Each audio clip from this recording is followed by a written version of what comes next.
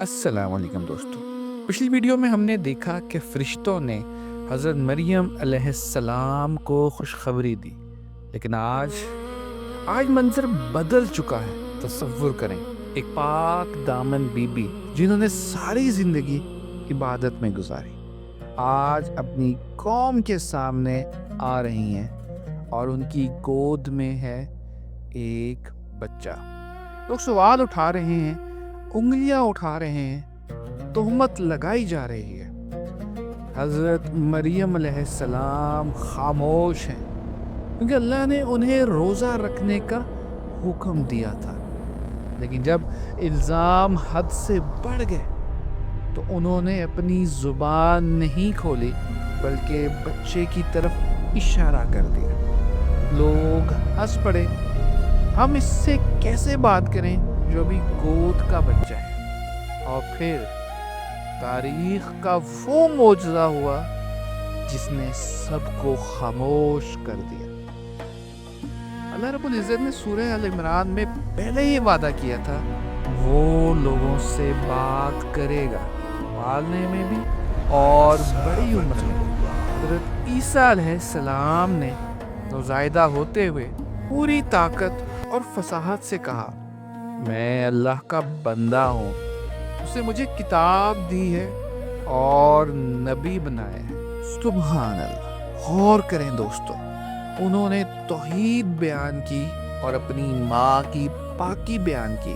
یہ وہ پہلا معجزہ تھا جس نے ثابت کر دیا کہ یہ کوئی عام بچہ نہیں ہے۔ اللہ رب العزت نے حضرت عیسیٰ علیہ السلام کے ان 5 بڑے معجزات کی لسٹ دی ہے جو انہوں نے بڑے ہو کر بنی اسرائیل کو دکھائے۔ ہر معجزہ دیکھنے سے پہلے وہ ایک جملہ کہتے تھے، اللہ کے حکم سے، تاکہ کوئی انہیں خدا نہ سمجھ بیٹھے۔ آئیں دیکھتے ہیں 5 حیرت انگیز معجزات کیا تھے جن کا ذکر قرآن میں بھی ہے۔ سب سے پہلا معجزہ تخلیق۔ قرآن کہتا ہے کہ حضرت عیسیٰ علیہ السلام مٹی لیتے، اسے پرندے کی شکل دیتے اور پھر اس میں پھونک مارتے اور وہ اللہ کے حکم سے سچ مچ کا پرندہ بن کر اڑنے لگتا۔ سوچئے میرے دوستو، مٹی کا ایک کھلونا اور اگلے ہی پل اس میں دھڑکن، پر اور اڑان آ جاتی۔ یہ اللہ نے انہیں وہ طاقت دی تھی جو کسی اور نبی کو اس طرح نہیں ملی تھی۔ دوسرا اور تیسرا معجزہ شفا۔ اس دور میں طب عروج پر تھی، لیکن کچھ بیماریاں لا علاج تھیں۔ وہ اندھا جو پیدا ہی بنا آنکھوں کے ہوا ہو، عیسیٰ علیہ السلام کے ہاتھ لگتے ہی دیکھنے لگتا۔ وہ کوڑی جس کے جسم سے لوگ گھن کرتے تھے، اس کا جسم صاف اور شفاف ہو جاتا۔ یہ صرف علاج نہیں تھا، یہ نبوت کی مہر تھی۔ بھائیو، چوتھا معجزہ سب سے خوفناک اور حیران کن تھا، مردوں کو زندہ کرنا۔ حضرت عیسیٰ علیہ السلام قبر پر کھڑے ہوتے، مردے کا نام پکارتے اور وہ مردہ اللہ کے حکم سے زندہ ہو جاتا۔ موت جو انسان کی سب سے بڑی حقیقت ہے، وہ بھی اس نبی کے سامنے بے بس تھی، مگر صرف اللہ کی اجازت سے۔ اور 5واں معجزہ غیب کی خبر۔ وہ لوگوں کو بتا دیتے کہ تم ابھی کیا کھا کر آئے ہو اور اپنے گھر میں کیا چھپا کر آئے ہو۔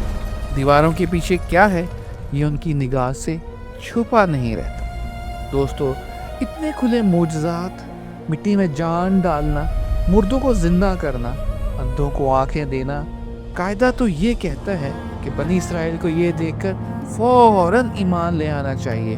انہیں مان لینا چاہیے تھا کہ یہ وہی نبی ہیں جن کا وعدہ تھا، لیکن کیا ایسا ہوا؟ نہیں۔ تاریخ گواہ ہے کہ جب حق اتنا واضح ہو جاتا ہے تو حسد اور بھی بڑھ جاتا ہے۔ ان معجزات کے بدلے میں بنی اسرائیل نے حضرت عیسیٰ کے ساتھ کیا کیا، اور وہ حوارین کون تھے جنہوں نے ان کا ساتھ دیا؟ سبسکرائب کر لیں کیونکہ کہانی ابھی ختم نہیں ہوئی۔ السلام علیکم۔